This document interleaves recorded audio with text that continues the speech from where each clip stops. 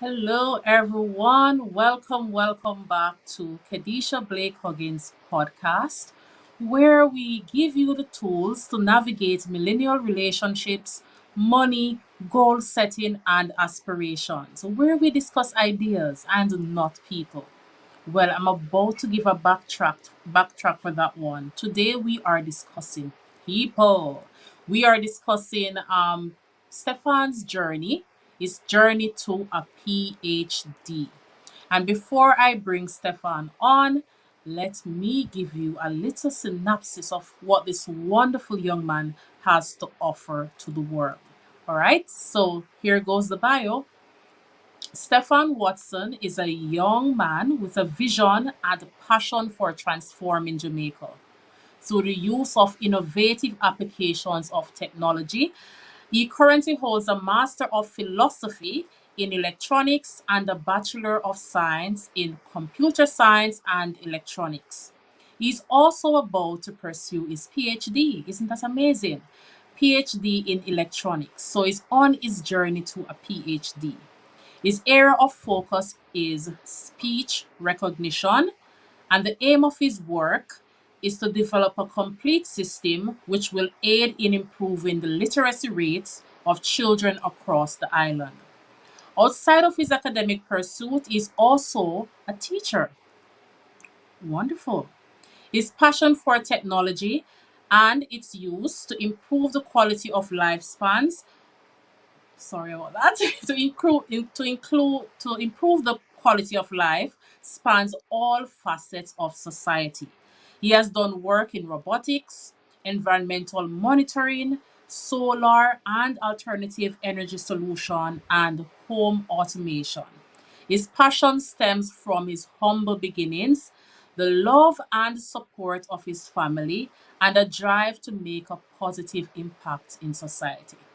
So, we are about to listen to a very empowered young man. And in a society such as the Jamaican society, and I'm sure it is worldwide, where we have a lot of young men who are not motivated or driven, it is so good when we can see a product of the Jamaican society that is someone who is doing very well, who has great aspirations, who has a vision. So remember, this channel is not just about relationships, right? Or about learning to love yourself. It's also about how do you set realistic goals and how you go about achieving them. So we're going to welcome not Stephen. What am I saying? Stefan. We're going to welcome Stefan on for him to share his story with us. Stefan, I'm so sorry. Oh dare I call you Stephen? I mean, you're in your zone, so I I was, understand. yes, I was in my zone, you know? And when I get Yeah, in my zone, oh boy, may God help me when yeah. I get in my zone. So, Stefan, were on the same cluster. No, not on the same. It was almost like we're on the same cluster at UWE because you were an Mhm. honorary Belgican. You were always That is there, true. and we I was had many always over chats there. and many Hmm. vibing sessions, right? So Right. I'm just so impressed by your journey. And I just want to know, give us a little backstory about Stephen. Tell us a backstory. Were you born with a silver spoon in your mouth? Were you born as a genius? Is it just effortless for you? What? Tell us about you. All About your right. So backstory. my background is I'm from Wakefield, Chinani. Um, I'm the second child of my mom. As it relates to being a genius, I think that gift was given to me. I Mm-hmm. mean, my mother has stories from when I was a baby, how I would wake up just to watch the weather, and she would like wonder why I would do that. But yeah, from Wakefield Trani, went to Wakefield Primary School, matriculated to the prestigious Cornell College, did 7 years there, and came to the University of the West Indies, and that's where my journey is still currently, well, partly. So, I mean, that is Stefan Watson's journey academically in a nutshell, in a Mm-hmm. very condensed nutshell. Right.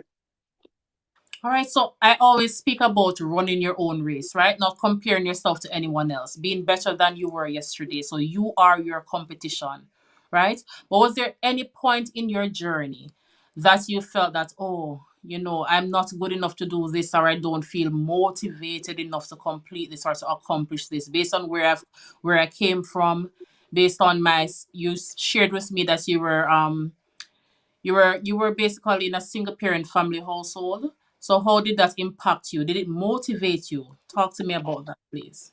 Well, yes, I was in a single parent too, but I have a very big extended family.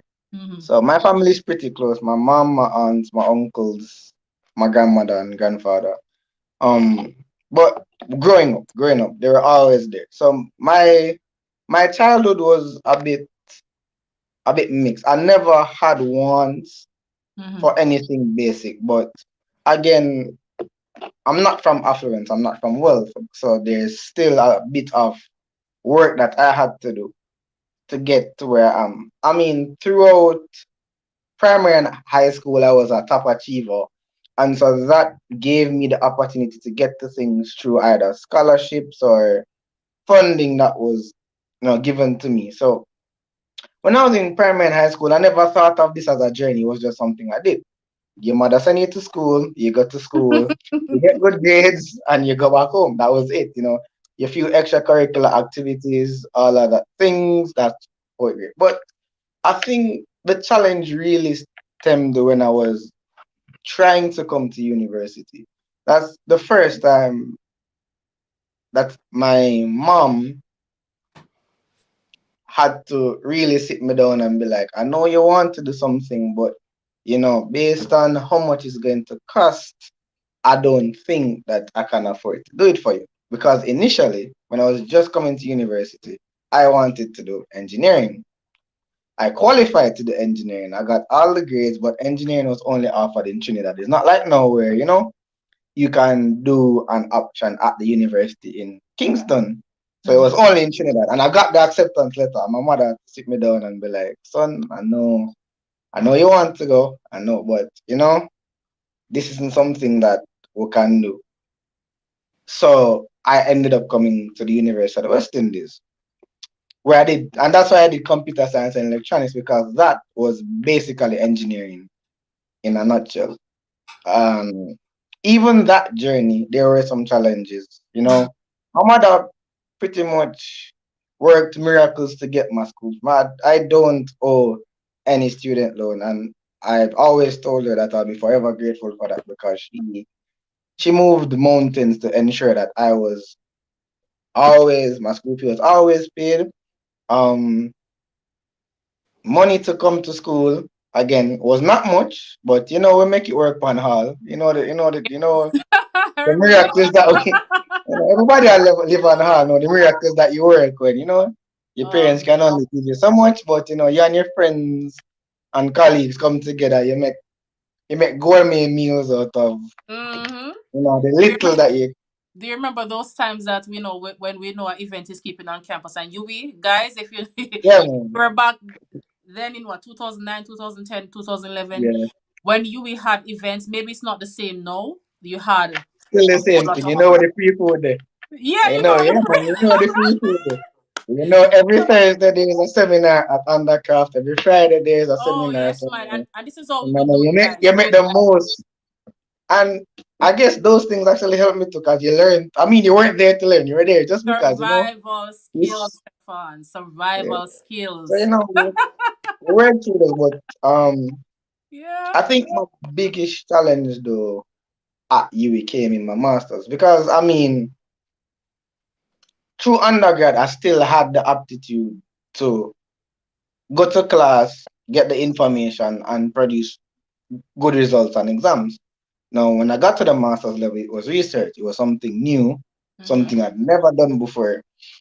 And so a lot of the challenge was learning how to do something that nobody else is really doing. It's just yourself. You have a supervisor who's there to help you, but the majority of the work is on you, and you have to produce the work. And so that was a challenge.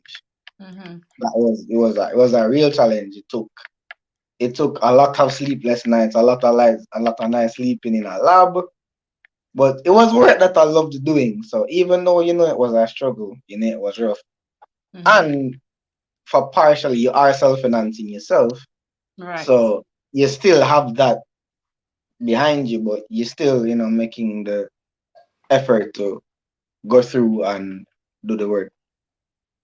So, what are some of the skills that you know, or strengths that you have that helped you to get through that difficult time in terms of, your research? Because I know masters is a lot of reading, a lot of research. So, Lot of what reading. do you have that helped you to get? What is your Right. super? So a few things. Mm, One, um, I had a brilliant group of colleagues around me.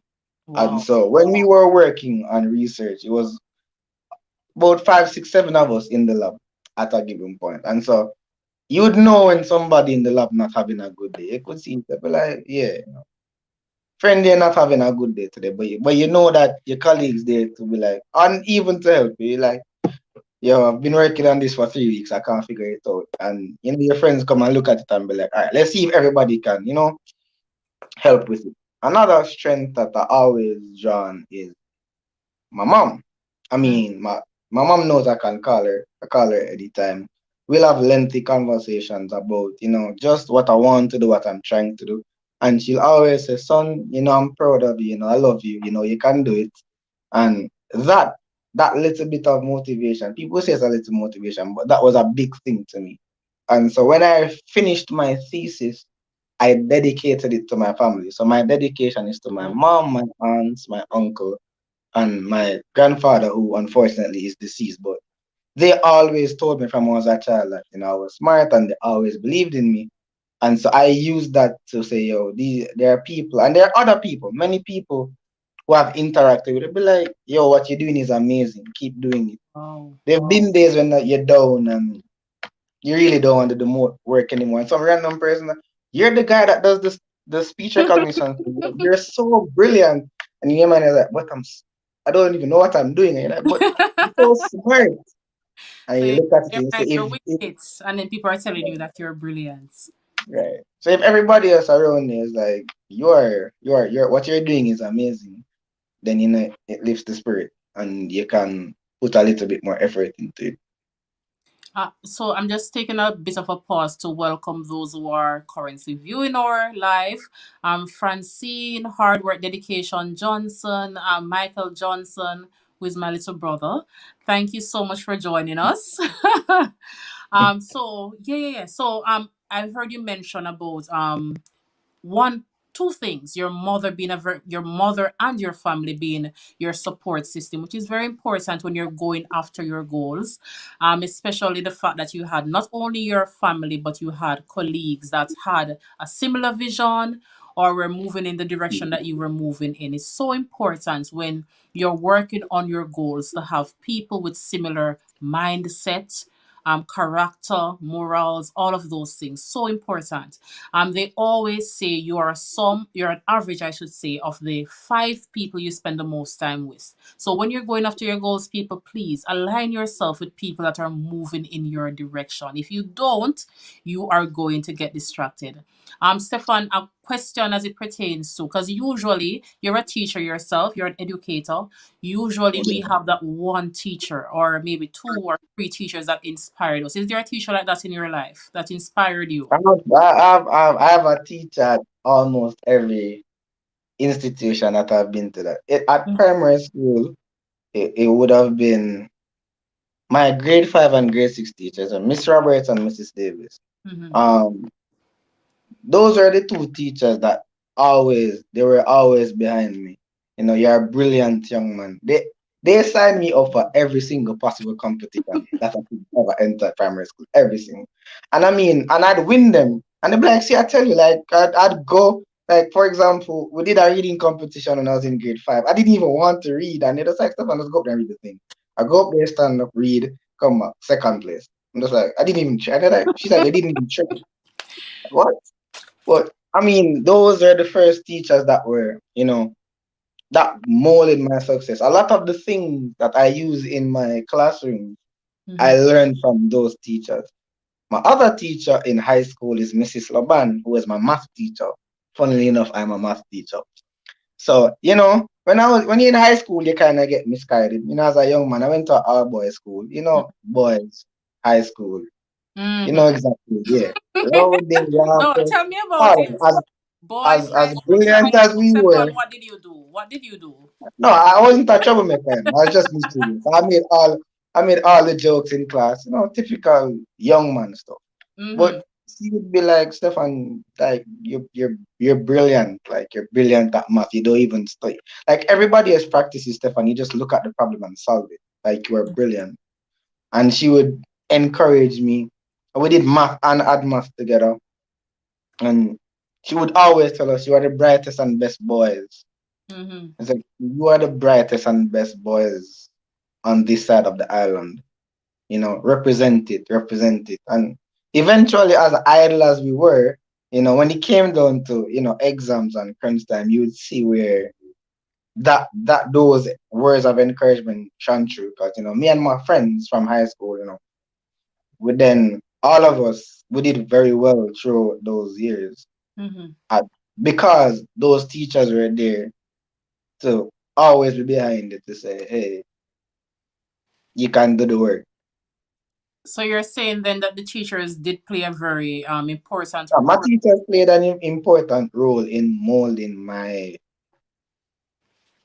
teachers in general. I mean, you can be as a brilliant person. There's nobody to guide you, then you just, your Wow. brilliance can be used for, it could go to waste pretty much if you're not shown the right path. I was just about to ask you that question. If you did not have that support system, do you think that you would be the Stefan that you are today? No, as in my mother was a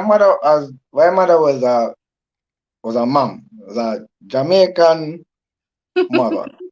So you don't get it. You know when she looks at you a certain way, you'll be like, all right, mom, just not gonna do whatever it is that I'm doing, it's wrong. Just stop. Yeah. I never liked to get in trouble as a child. So I avoid anything that my mother said I shouldn't do. I don't ask no questions. I go, yo, yeah. Our friend be like, yo, you not go up on the road. Mommy say, me not go up on the road, so Oh. I'm Especially home. when they get that feeling. I have a feeling that you should not be on the road. You know that feeling? E- up to this day, my mother will randomly call me. You up on the road? Be like, no, you may feel like something now. You just park the Yeah. car. Be like, all right, just stay home today because mom is sick. And you just work with it. So Yeah, so you thank you for sharing that. So you mentioned that your area of research is in speech recognition. What inspired you to do your research in that area? all right, so it's an interesting story. Somebody asked me recently, and I'm thinking about it. And Mhm. so this story began when I was in high school. So my mother signed me up for National Youth Service. It's a summer program where you go do an interview and they give you a job for 3 weeks and they pay you Mm-hmm. in a stipend, but you get a lot of experience. So I got assigned back to my primary school when I was it was either grade 11 or sixth form. And what they were doing is the literacy test you do in grade 4, Yes. Yes, right? yes. So they're doing remedial classes for it. And so I was a teacher assistant to Miss Moulton, you know, very brilliant teacher back in at Wakefield Primary School. So we were there, and I did it for 3 weeks. I never really thought about it, but I did that first. Then at the end of my third year at UE, I was looking at, what do I want to do? What do I want to work? And I was like, no, I want to do a master's. At that point, thing, you tell your mother you want to do your master's, his mother is like, master's money is a whole heap of money, So like, but then I qualified to get the departmental scholarship, Right. but I had no idea what I wanted to do. So I walked around talking to all the lecturers, like, what are you working on? And I ended up talking to my supervisor who taught me in my second and third. And it's like, I have a project working and I want to build a tutor for children, for the grade 4 literacy test. And I was like, that's interesting. And, I did that before. I was like, really? I was like, yeah, I worked at a school where they did the remedial summer classes. And it's like, yeah, so you understand the problem. I was like, yeah, a bit. And he's like, would you want to work on it? And I was like, yeah. And, that's where it began. And as I continued to read about it and learn about it, I realized that it was a serious problem. Mm-hmm. And that, even in more developed countries, what they use to tackle this problem is technology. I Right. mean, yeah. And so that's where that came from. Really. So, do you know of anything currently that is being put in place to solve that problem? Because To be you honest, made mention of the fact that in most developed countries they use technology. right. So So in currently, other countries, yeah, yeah. and in other countries, there are projects. I've had to reference their work to do mine. So there are projects in America, Hmm. in Britain, in Australia, in Italy, that uses the sort of technology that I'm trying to develop to help teachers. So it's not a technology where you can just use it by itself per se. Nothing can replace a teacher, no matter how hard. And Corona has shown you, face-to-face learning is way more effective than any other form. You can online classes happen, but if you ask majority of teachers, they'll tell you it doesn't have the same effect. It's not the That same. I So can speak from my experience, Stefan. It doesn't. It yeah, doesn't you, at you all. can't replace that. Right. So, but the idea is that you develop these tools that help the teacher to carry out their duties more effectively. So it's a situation where in Jamaica we have a very high teacher to student ratio, across the board. In at primary school, it's like 1 to 50, even Yeah. more than that. Even it can be more than that. So um you will have a lot of students slipping through the cracks, not getting the level of help they need. Not because the teacher is not trying, they're doing their very best, but it's just 50 people. And you might miss some of them Right. because you have an objective that you have to fulfill. And you're moving at a pace, and there's going to be some students that they can't keep up with you on their own. And so Right. what these tools do is that you give it to the students along with the teacher's instruction, and it helps them to follow or to catch up where they're short. Yeah. So that's the idea. It sounds like a very inspiring project. I'm sure it's going to do very well. It's going to impact our country so well. And I'm sure others will borrow from your idea, borrow in the legal sense, borrow from your idea to impact even other countries and more people, right? Which is, I believe that is so brilliant. In a society that most of us are focused on self, what can I do for me? What will benefit me?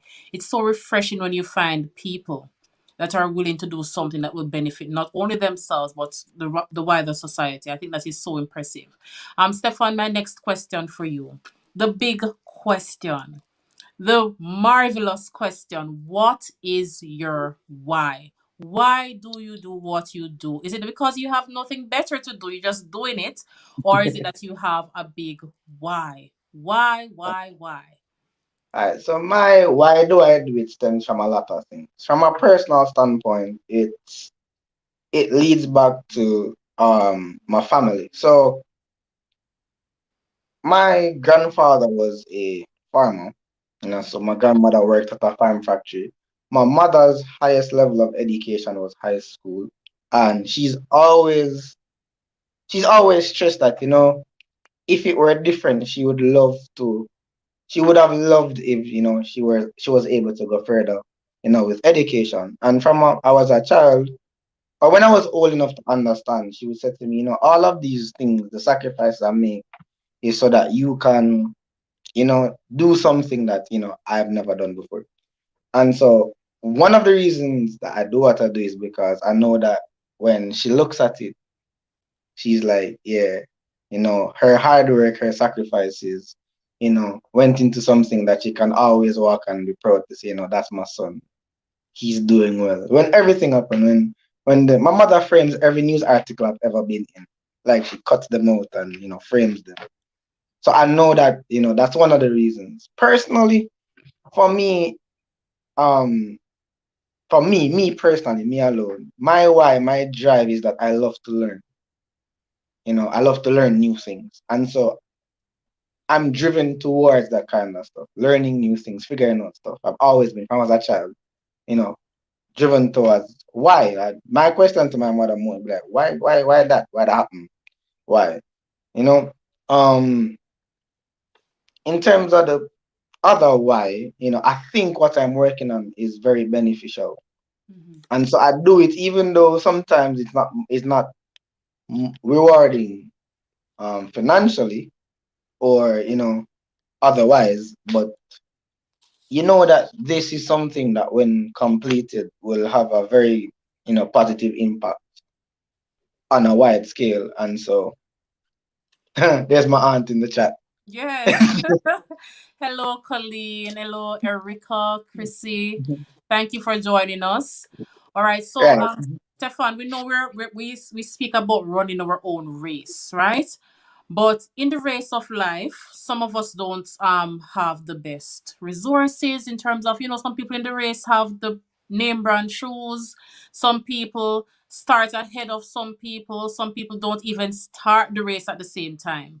So, what is your advice, especially for young men, young Jamaican men, young men all over the world that want to start the race, but they have not been given the proper resources, the correct resources? They do not have the support system, they do not have the education, they do not have the proper overall resources. What is your advice to those young men? My advice is what my HOD, now my dean said to me. You know, one of my advice would be like, just start Just and start. just start. And it sounds simple, but Mhm. it's really not. What it means is that, you're going to, these problems will never go away. And so if you're 20 and you want to do a degree, if you don't do it, if you do not do it when you're 23, you still have to start. And so, you know, at whatever point the start point has to be somewhere. So with that being said though, if it is that, finances are a problem, um there are a lot of ways that you can, get scholarship. My aunt works at NCB and she can tell the NCB Foundation, and it's one of the things that You're you on can point. yes, one of the things that you can apply to get, you know, to pursue whatever. With regards to education, it doesn't matter when you start, it just matters when you finish. And I Ah. said that because I can Say use this my again. case as an Before you example. go on, Stefan, just say this again for me. Say this again. I said it doesn't matter when you start, or it doesn't matter how you start, it just matters how you finish. And I can use my personal example for that. I started my MPhil. When I started my MPhil for 3 years, I could not do anything. No fault of my own, no fault of anyone. It was just that I had to get some funding from the university and a lot of things happened. And so I was in the program, but I was really not doing anything. Mm-hmm. And then you start looking and be like, do I really, nothing not happen, what am I gonna do? But then, with the help of my supervisor and other members of my department, things started moving. And sometimes it moves slowly, sometimes it doesn't move at all. But at the end of the day, I finished and I finished strong. I have a master's degree. I also have two academic publications from my master's. And at the end of the day, when anybody asks me, I'm going to have a master's degree. It Yes. didn't matter. Like, it didn't, all the struggles are there. You'll have it as lessons that you can use for other pursuits. But Yes. it's going to be there, like, you did it. So, with that being said, another thing is you said it earlier. Mm-hmm. Carve out your space, carve out the people around you. Look at what you want in your life. Look at the people around you. There's a popular saying: if five of your friends are millionaires, then you're the sixth one. Wow. What, So Stefan, it you're means going to that ask me to say this again, right? I'm going to ask you to say this again. Go right. again. So it's a saying, and it's a saying among rich people. If five of your friends are millionaires, then you're just the sixth one. It Wow. means that whatever resources those people around you have, because they're around you, you'll have access to them, to the same resources. Eventually, they'll put you on the path that you're going on, and you'll get to where you want. Say, if you want to go to school, you have to surround yourself with people that want to go to school. It's just, how. And as much as a lot of people would like to say that, their journey is just a one-man show, the No Man is an Island is a truth. It's not a one-man show. There's always going to be, you know, help. I get help. Like my aunt that's in the chat bought me a computer. I stole one of hers, and wrecked it because when I was doing my masters, I had my computer. I had my computer. It was working fine. One day it stopped working. I had work to do. I went home she had the computer and I just took it up and be like, yo, auntie, I need this. And I went and sometimes she laughs and reminds me about it. It's like, you took my computer, right? I'm like, yeah, but take it, cause, you know. And so, but I've worked for them, I have to do the work, so I need computer. So, I mean, your support system, friends and family, are very important. I have friends who I can call on when I'm doing work. Like, yo, I need help to do this. And at the drop of a dime, and likewise, I have friends who are along the journey with me. Anthony. Anthony is also doing his Yes, PhD. Anthony. Wow. Wow. Anthony is also doing his PhD. And, we have a system where if he is there and he be like, yo, Stefan, shoot me a message, yo, Stefan, I need help with this. I'll be like, yo, we can work on it next time and we work on it together because, we understand that, by doing that, we can help each other to get there. So your support system is very important. And your personal goal is important too. Your why, as you call it. You have to Right. see them because that when all else fails, when everything else fails, you're going to have to look into yourself and be like, I'm gonna have to push through this because I want it. I'm going for it. It's a struggle, it's hard, but I want it. So I'm going to get it. And you just work, you know. That's And so not only just work, but you have to take time for yourself, yeah. time Because to rest you and have lots time of motivational speakers that say, "Oh, you can work, you can sleep when you're dead." They're no, after the no, no. mentality that you just work, work, work, work, work, and you don't take time to heal and take time You're going to to miss out. reflect and all You're of going to that. miss out on. You can't work all the time. You're going to miss out on your life. You'll work, work, work, and realize that you might achieve all those things, but there are other aspects of life you're going to miss out. So you have to have friends, you have to have family. You can't take away those things. Those things are important. They're Definitely. actually more important than working sometimes. Yeah, they are. Those are the things Yeah. that keep you centered. Yeah. One of the things I liked when I learned about that, there's a video with a guy, he's pouring sand in a jar. You ever seen that one? No, I've Yeah. never That. seen. No, say he's pouring sand in a jar. So the sand is work. So he fills the jar with sand. Mm-hmm. And then he goes, is the jar full? And his students, yeah. So he empties the sand out of the jar and he puts some big stones in the jar. And they say, is the jar full? They say no. Then he puts some marbles in. And he said, is the jar full? And they say no. And then he takes the sand that he just poured out, pours it back into the jar, and he says, is the jar full? And they say, yeah, it's full now. And he said, what's the difference between, the sand by itself and the stones? And students are confused. And he's like, yeah, the sand is work, but the stones is your family. That's important. Mm-hmm. So there's still space in the jar for your family, even though you still have work. That And is then he so puts true. the marbles in and he says, those are your friends. And so you have friends and you have family, but there's still space to the work. And then he pours the sand in. And then you realize that even though all of that work is there, you still need to have all those things around you in order for the work to get done. And so, So important. I think that most times people see the man the man after the fact and not the man working on the vision. So people may see the highlights of your life on social media when you share your accomplishments, but they don't know the story behind the vision, behind the man, right? I had a similar experience. As you know, we met at UA. And yeah, when, I dropped out of UA. I'm a dropout. I'm a university dropout. I'm a university dropout, but I felt so ashamed after I left. I used to hide from people that went to UWE. I used to hide from people, and I distanced myself. But then I went back. I had my mom, as you spoke about the support system. I had my mom that never gave up on me, and she told me to go back to school. And from going back to school, I worked on myself. I got empowered and all of that. So people will see the Kedisha after, the Stefan after the fact, but they don't know the work that goes into it. They think it's so easy.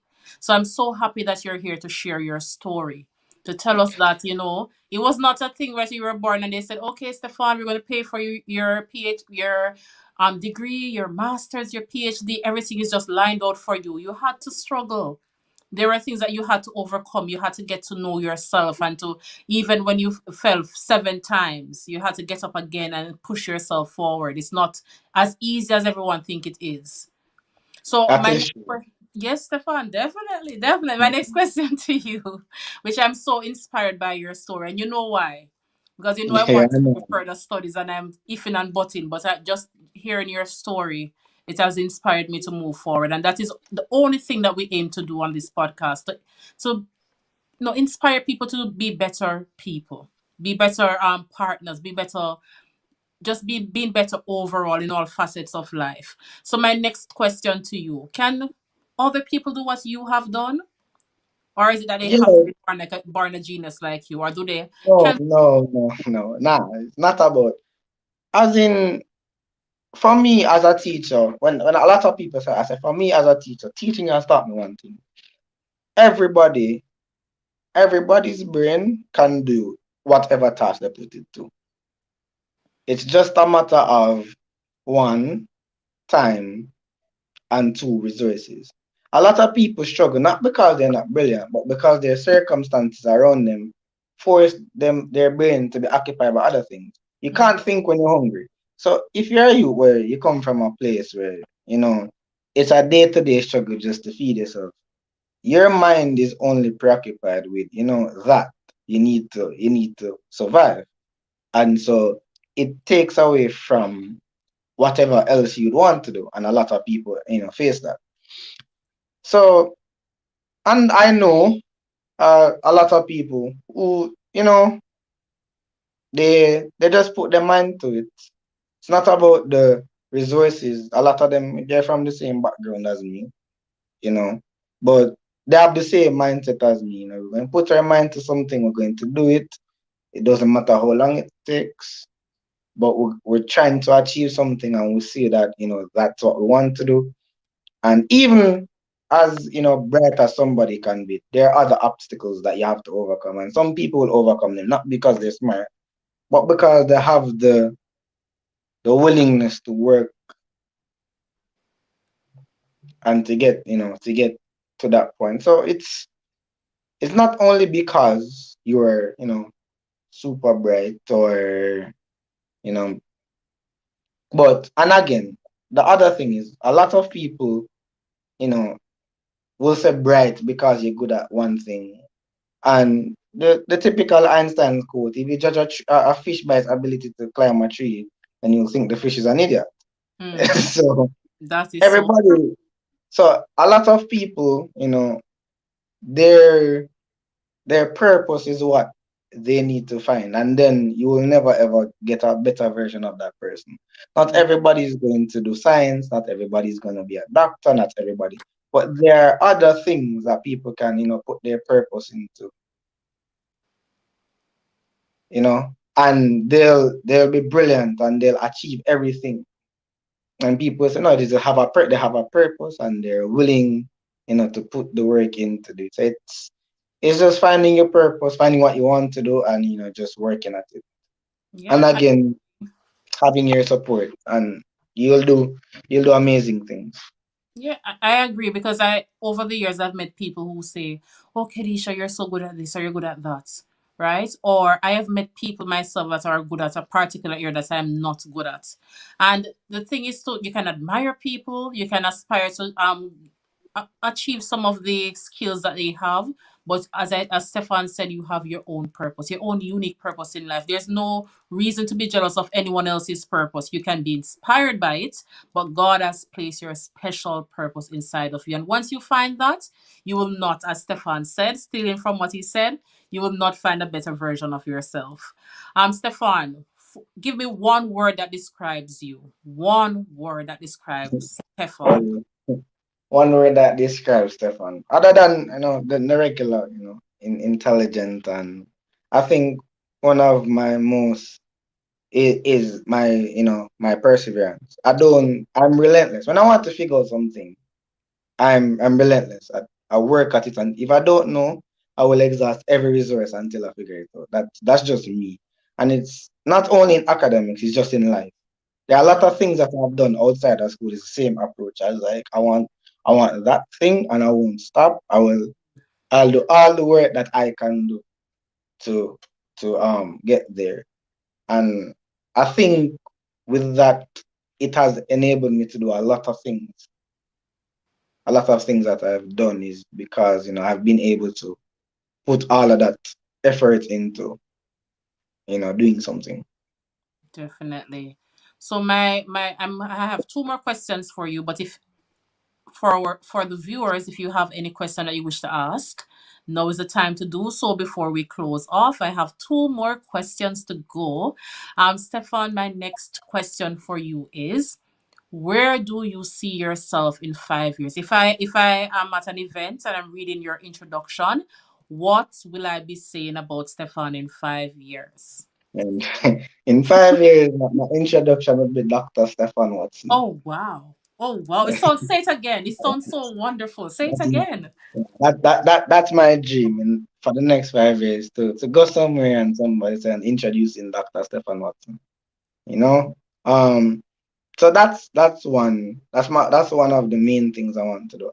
Along that line, I imagine that within 5 years I'll be working on the completed version of this project where it's out there and people can finally benefit from it. I mean, people have already.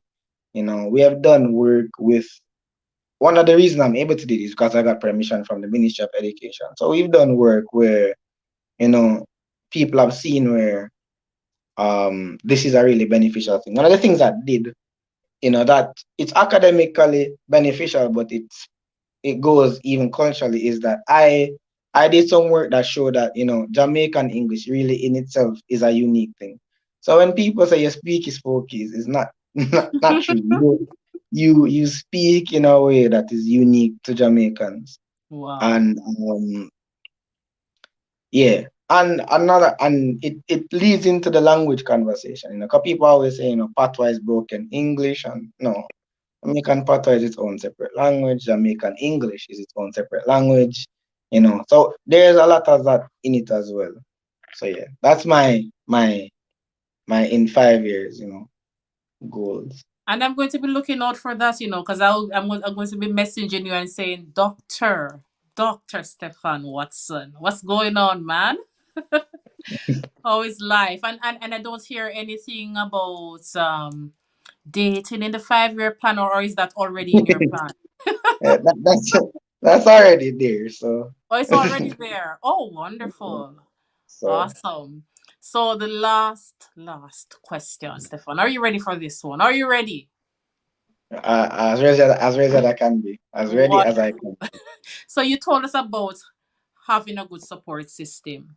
You told us Mm. also about the support system as it pertains to family and your friends, and you also spoke about just a few other things in terms of just starting. You don't have the proper resources for the race, but do not be discouraged. Just to start. So, my last question to you, are there any other tips, any other practical tips that you can give people who want to do further studies, but they don't believe that they can do it? Whether they don't have any CXCs or GCSEs, or they have a degree but they're afraid to go for the masters because there's lots of research. What is your advice, your top All tips right. for So these people?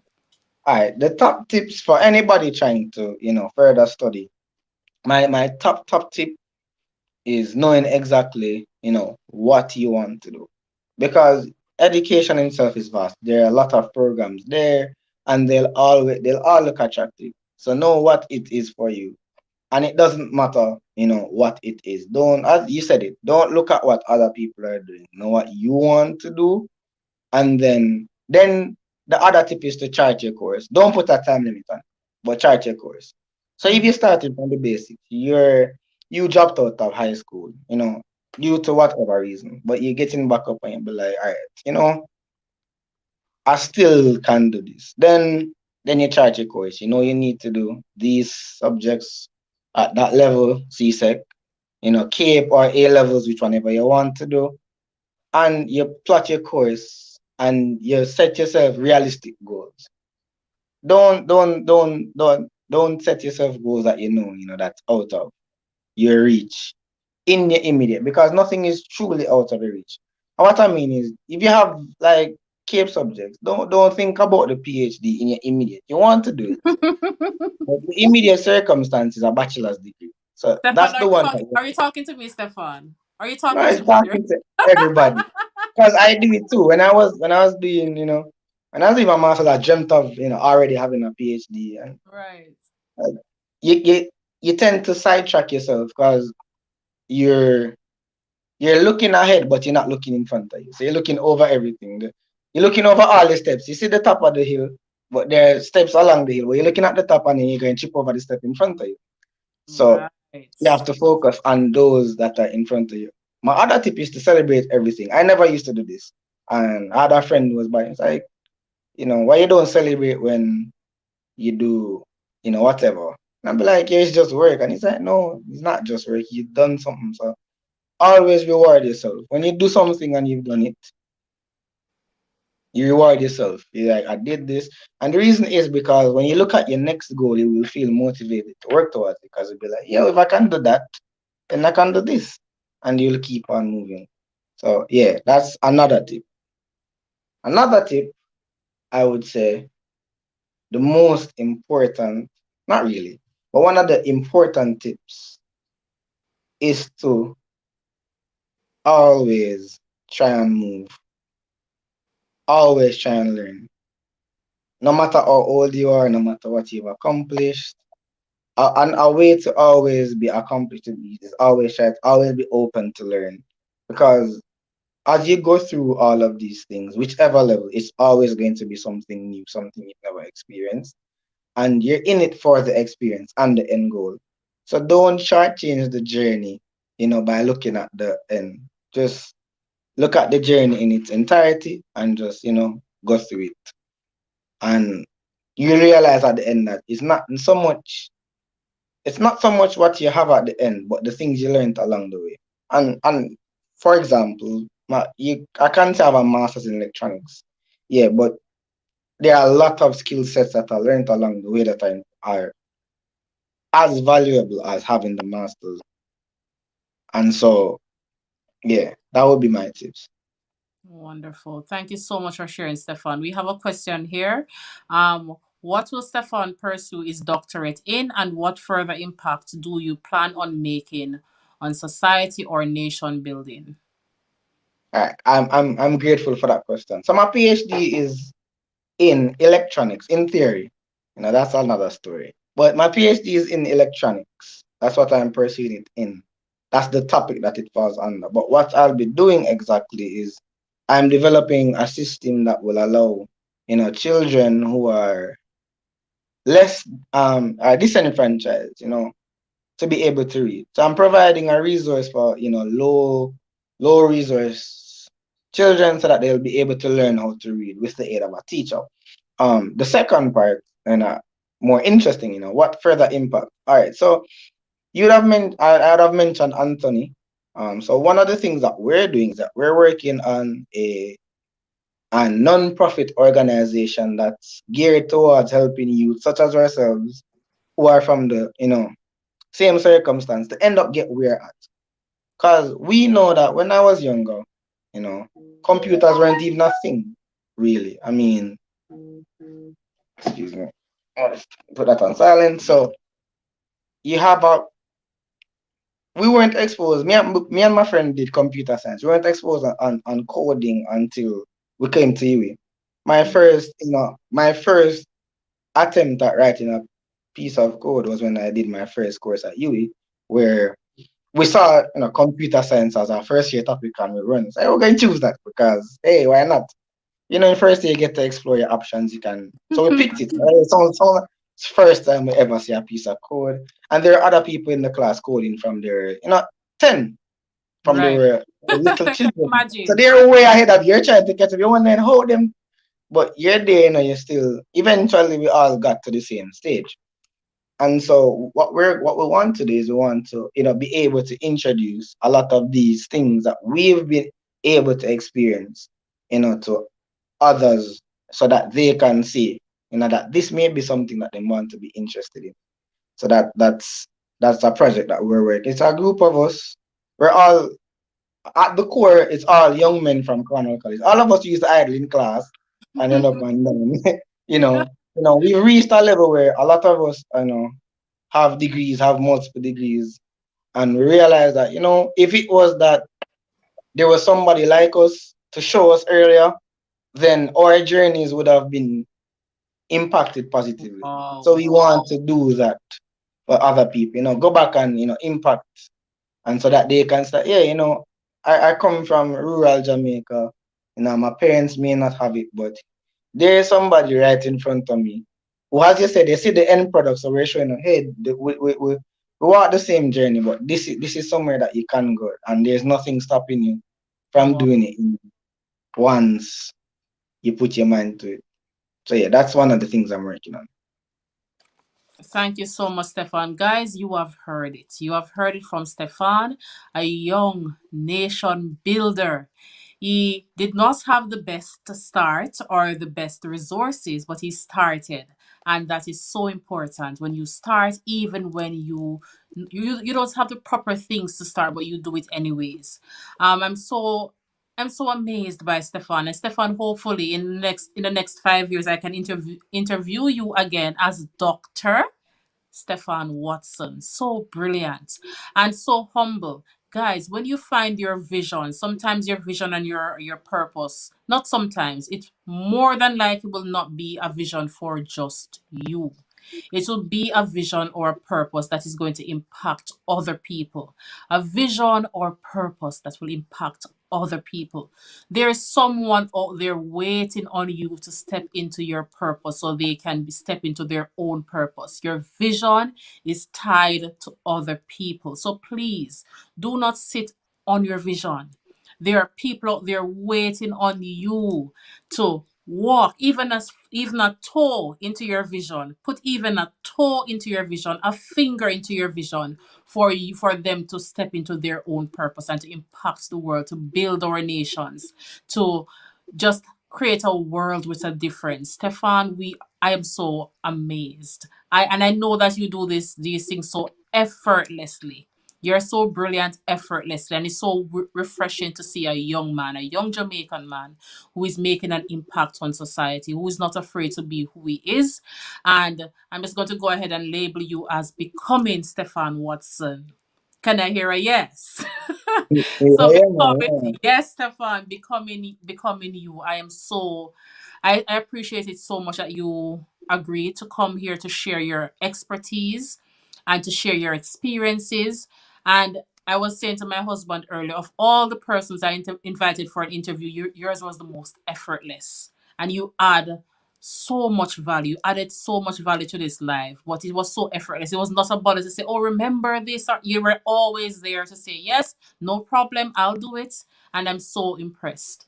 And Stefan, I'm just here thank to you. encourage you on your journey going forward. Keep at it. Remember who you are. You have never lost who you are, but remember, wherever you go in the world, remember who you are because you are amazing. Thank you so much for joining us. Thank you. I think coming here is like one of the things that validates the journey, and so that's why it was so easy for me to do it. When it is that you've done something and a lot of people, will see you, and to you it's ordinary because Mhm. you've been doing it. But there are people around you are looking at and be like, that's amazing, and that it's a great story, so inspired, best of luck. Like things like that makes you think, yeah, I really want to do it because there are even strangers out there that are looking at you and say, you are a good example of what it is to be an upstanding person and you're just, working at it. So it was a pleasure to do it. And it's a pleasure to see that you're the person, somebody that I have a lot of jokes with back in the day, to come back and talk to. It was easy to say. Yes. Oh, thank you so much. And definitely 5 years time, same place, same time. Maybe not the same place, but same time. Probably the same time, Same different place. time, definitely. All right, thank you so much. Guys, that is it. That's the end. If you're just joining us, you can always go back and view this video on YouTube. Thank you for joining us, and that's it. Have a good, well, it's night where I am now. I'm not sure where it, what time is it now, Stefan? It's about 5 o'clock here. Oh, it's 5 o'clock. Is oh, okay. Yeah. So it's after 11 here for me in the UK. So Okay. thank you guys for joining. Thank you again, Stefan. I can't say thank you enough because you've added so much value. And guess what, Stefan? You're going to be so proud of me. I'm going to go do those studies that we spoke about earlier. I'm going to Great. do it. I Great. am going to do it, Stefan. You're going to I be look so forward proud to of it. me. I look forward to it. I look All right, forward to it. take care. All right, take Bye. care. Bye.